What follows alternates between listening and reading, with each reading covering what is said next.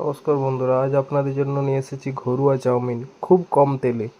চলুন শুরু করা যাক। এর জন্য আমরা প্রয়োজনীয় উপকরণ হিসেবে নিয়ে নিয়েছি পেঁয়াজ, গাজর, আলু এবং মরিচা এবং পরিমাণ মতো ডিম।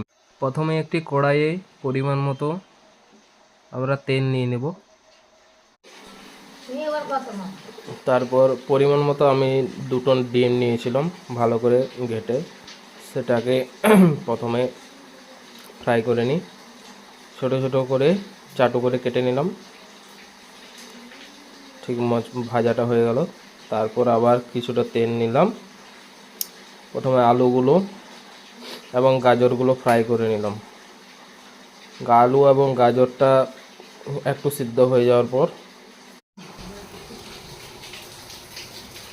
আলু আর গাজরটা ঠিকঠাক ফ্রাই হয়ে যাওয়ার পর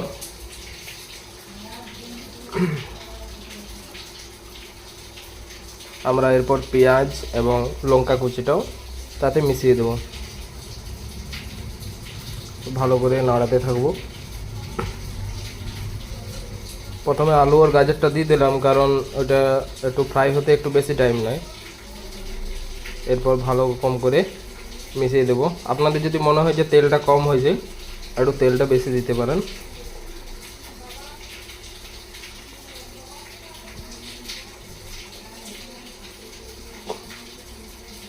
ঠিক মতো করে নাড়াচাড়া করার পর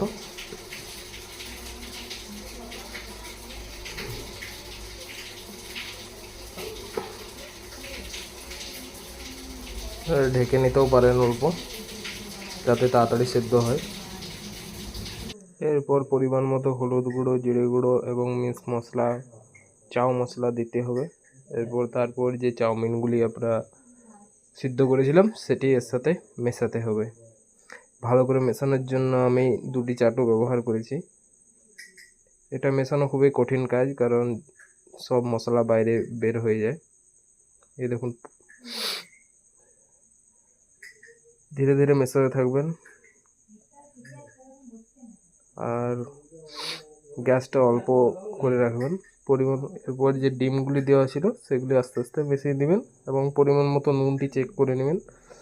এই সময় নুনও আপনি ঢোকাতে পারেন।